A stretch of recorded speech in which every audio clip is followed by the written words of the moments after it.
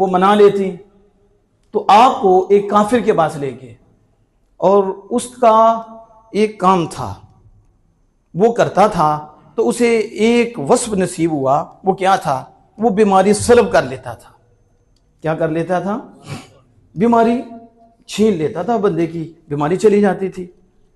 जब आपको ले गए तो उसने आपकी बीमारी सलब कर ली, आप ठीक हो गए। तो आपने उससे पूछा ये तुझे कहां से हासिल हुआ?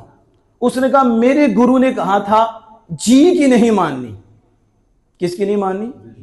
आज भी देख लो, जो बंदा खड़ा है अपनी ख्वाहिश के खिलाफ चलता है, चाहे वो काफिर है, उसे भी ये मिल जाता। इस पे कुरान भी है, इस पे हदीस पाक भी है। तो अब वो गुरु की नहीं माननी, तो मुझे ये कमाल हासिल हुआ।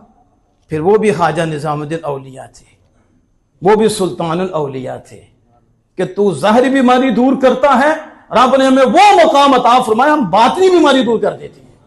तू ज़ाहिरी सलब करता है, हम बातिनी में तवज्जो करें, हम कुफ्र की तरीकी दूर कर देते हैं, क्योंकि हमारी नजर अपनी नहीं खुदा की नूर से है। जब उसने ये कहा, फिर आपने निगाह चलाई ना और कहा मुझे बता, जी करता है कलमा पढ़ने को?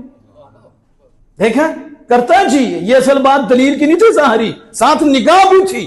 जब आपने कहा बता तेरा जी करता है, तेरे गुरु ने कहा था जी के खिलाफ कर, तो जी के खिलाफ करते हुए तुझे ये बीमारी सलब करने का वस्फ मिला है, तो क्या जी करता है कलमा पढ़ने को? बस नजर मारी, उसी वक्त कलमा जारी हो गया।